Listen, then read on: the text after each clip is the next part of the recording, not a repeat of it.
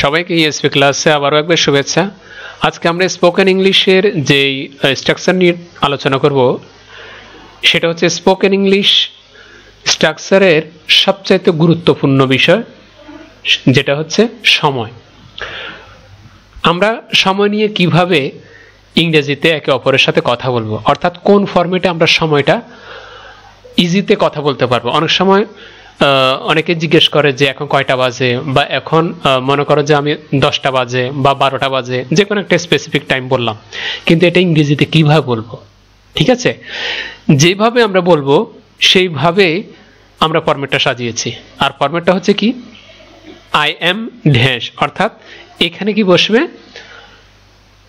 বাকি যে অবজেক্টটা থাকবে স্পেসিফিক যে টাইমটা সেটাই কি এই ড্যাশের জায়গায় বসবে, অর্থাৎ খালি এই অংশটার ভিতরে। আর মূল শুরুতে থাকবে সাবজেক্ট, তারপর হচ্ছে বি ভার্ব।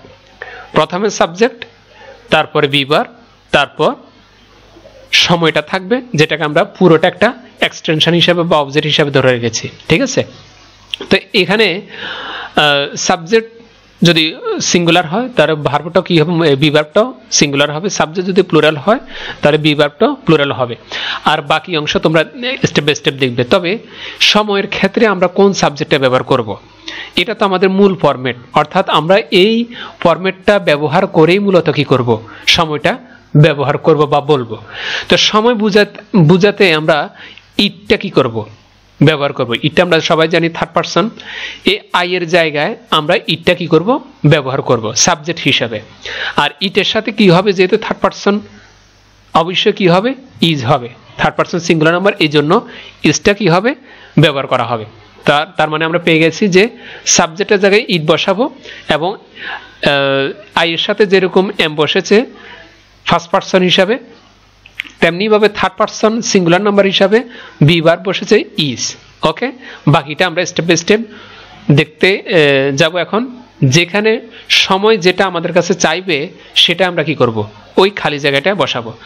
যেমন শুরুতে এখানে যদি আমরা আলোচনা করি যে এখন সকাল 9টা, এখন সকাল 9টা, এটা আমরা কিভাবে বলবো ইংরেজিতে।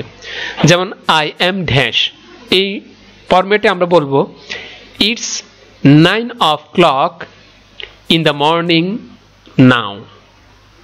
It's 9 o'clock in the morning now. এই কথাটাকে আমরা এভাবে বলতে পারি, now it's 9 AM, now it's 9 AM। এটাকে যার বাংলা হচ্ছে এখন সকাল 9টা। তো আমরা দুইভাবে বলতে পারি। এখানে যদি একটু প্র্যাকটিক্যাল দেখিয়ে দিই যে আই এর সাবজেক্টের জায়গায় কি বসেছে ইট, আর এম এর জায়গায় কি বসেছে এস। এস মানে এটা সংক্ষেপে আমি এটা ছোট করে ফেললাম, ইট ইজ না বলে বললাম যে ইটস, সংক্ষেপে বলে ফেললাম। আমি পারবো, অর্থাৎ ইট ইজও বলতে পারবো। ঠিক আছে, it is 9 o'clock in the morning now, এটাও বলতে পারবো। অথবা বলতে পারবো সংক্ষেপে যে ইটস, ইটস সংক্ষেপে করে ফেললাম। অথবা আমি এবার বলতে পারবো যে নাও ইটস 9 AM, এখন সকাল 9টা বাজে। এটা আমরা বাংলাতে বলতে পারবো। এরপরে যদি কেউ আমাদেরকে জিজ্ঞেস করে এখন 9টা 15 মিনিট, অথবা এখন 9:15 বাজে, এই কথাটা আমরা কিভাবে ইংরেজিতে বলবো, একই ফরম্যাটে আই এম ড্যাশ এই ফরম্যাটে বলবো। কিভাবে, নাও ইটস 15 minutes past 9। এরপরে এভাবে বলতে পারি নাও ইটস 9:15। ঠিক আছে, এখন 9:15, অথবা এখন 9:15 বাজে, এই কথাটাকে আমরা এইভাবে বলতে পারবো। আমি আবার বলছি, নাও ইটস 15 minutes past 9, অথবা নাও ইটস 9:15। এভাবে আমরা কি করতে পারবো, বলতে পারবো। এরপর দেখব এখন 9টা বাজতে 15 মিনিট বাকি, বা 9:15 বাজে। আমি আবার বলছি এখন 9টা বাজতে 15 মিনিট বাকি আছে, কিংবা এখন 9:15 বাজে। এই কথাটাকে আমরা ইংরেজিতে কিভাবে বলবো, এই কথাটাকে বলবো এভাবে। দেখো একই ফরম্যাট, কোনটা, আই এম ড্যাশ এই ফরম্যাটে বলবো ইটস 15 to 9, ইটস 15 to 9, অথবা এভাবে বলতে পারি ইটস 8:45, ইটস 8:45, ঠিক আছে।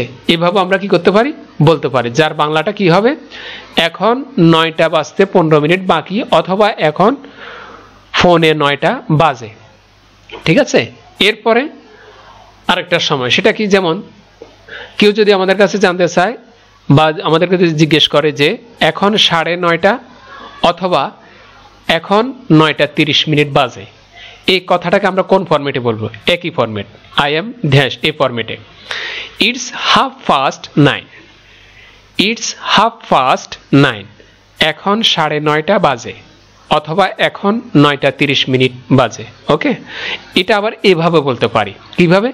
It's 30 minutes past 9, it's 30 minutes past 9, এভাবে আমরা বলতে পারি। অর্থাৎ দুইভাবে আমরা সময়টা আমরা বলতে পারি, এখন 9টা বাজে, 9:30 বাজে, অথবা এখন 9:30 বাজে। এভাবে দুইটা সেন্টেন্স আমরা কি করতে পারি, একটা কথাই বলতে পারি।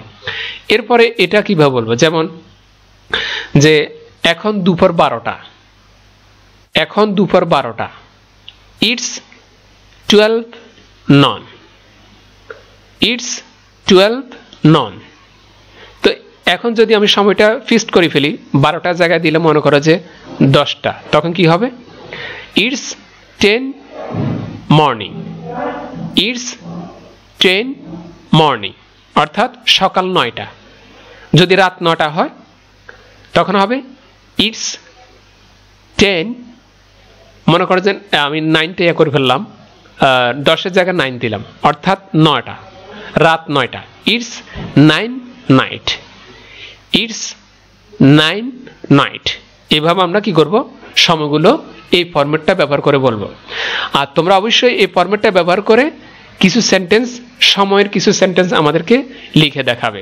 ফরম্যাটটা আমি আরেকবার দেখিয়ে দিচ্ছি, সেটা হচ্ছে আই এম ফরম্যাটে কি করব, আমরা এই সময়গুলো বলতে চেষ্টা করবো, যার সাবজেক্ট হবে ইট এবং বিভার্ব হবে আইএস, যেটাকে বলি আমরা ইজ, ঠিক আছে। আমি আগে বলেছি সিঙ্গুলার হলে সিঙ্গুলার, প্লুরাল হলে প্লুরাল। তো এই ক্ষেত্রে প্লুরালের দরকার হয় না, শুধুমাত্র কি হয়, সিঙ্গুলারটাই ব্যবহার করতে হবে।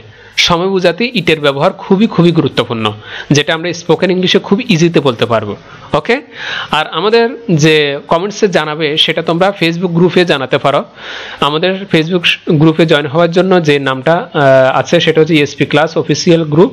এই নামে ভিডিও ডেসক্রিপশন নিচে এই গ্রুপের লিঙ্ক দেওয়া আছে, তোমরা সেখানে চাইলে জয়েন হতে পারবো। অথবা হোয়াটসঅ্যাপ চ্যানেল রয়েছে যেটার নাম হচ্ছে ESP ক্লাস, যেটা ভিডিও ডেসক্রিপশন নিচে কি আছে লিঙ্ক দেওয়া আছে, সেখানেও তোমরা জয়েন হয় না। আর এছাড়া ওয়েবসাইট রয়েছে espclass.com, সেখানে গেলেও বিভিন্ন ধরনের টপিকস নিয়ে আলোচনা করা হয়েছে, তোমরা এগুলো দেখবে। আর আমি এত কষ্ট করে তোমাদের জন্য যে লেসনগুলো বানাচ্ছি স্পোকেন ইংলিশ, রিটেন ইংলিশের, আমার জন্য শুধু একটাই কাজ করবে, সেটা হচ্ছে প্লিজ চ্যানেলটা সাবস্ক্রাইব করে দিবে, যাতে করে এরকম সুন্দর সুন্দর স্পোকেন ইংলিশের লেসনগুলো তোমাদের জন্য দিতে পারি। সে পর্যন্ত ভালো থেকো, খুদা হাফেজ।